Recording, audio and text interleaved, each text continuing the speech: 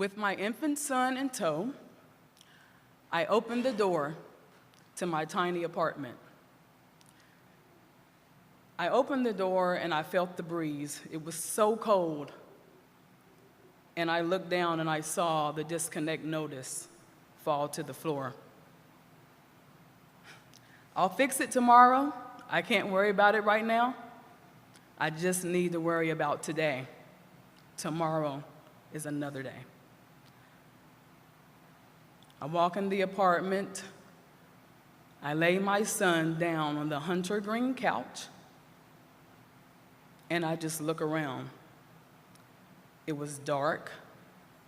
The curtains were dark. There was no light coming through. It was still daylight, and it was dark in my apartment. The carpet was dirty. There were cigarette holes in the carpet. There were holes in the walls that needed to be repaired. There were clothes that were piled up that needed to be washed. It was a mess. The only thing I had on my mantle were two things. To the left, a beautiful picture of my 4 children. To the right, my high school diploma.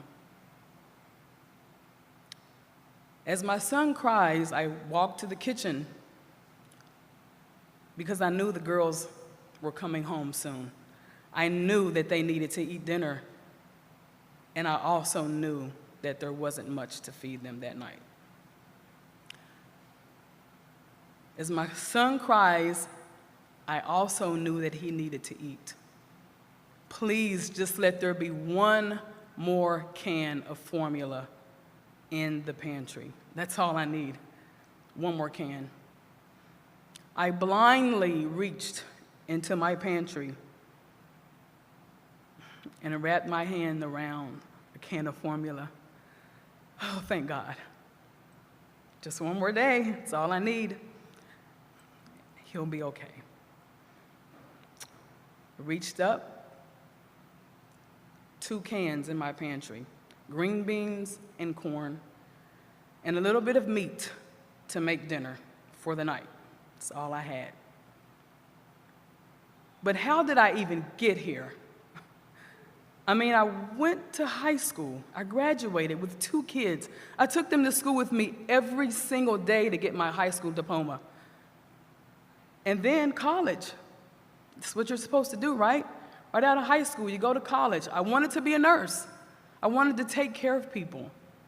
I wanted to be someone who would help birth babies the way nurses had helped me.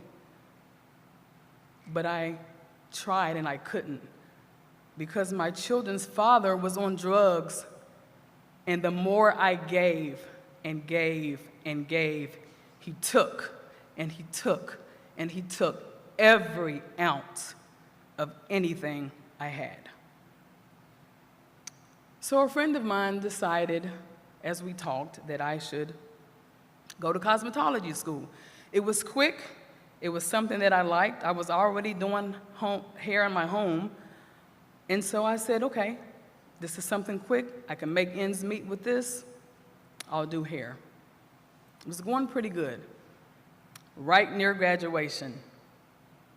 And I saw in the corner my uncle come through the door, and I'm thinking to myself, he lives 30 miles away.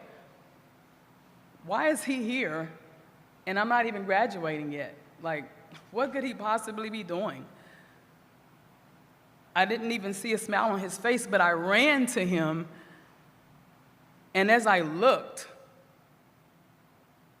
he began to tell me with sadness that my mother had had a stroke. She was 39 years old, the biggest supporter, encourager, the love of my life, having a stroke at the age of 39. What am I to do?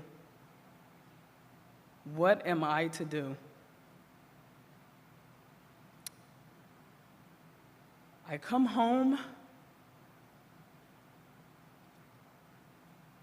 I fix the meal for my children. I put them to bed, and then I go to sleep. All I need is just one more day. Everything will be okay tomorrow. Just one more day. If I can make it through today, tomorrow will be just fine. And that was almost 20 years ago.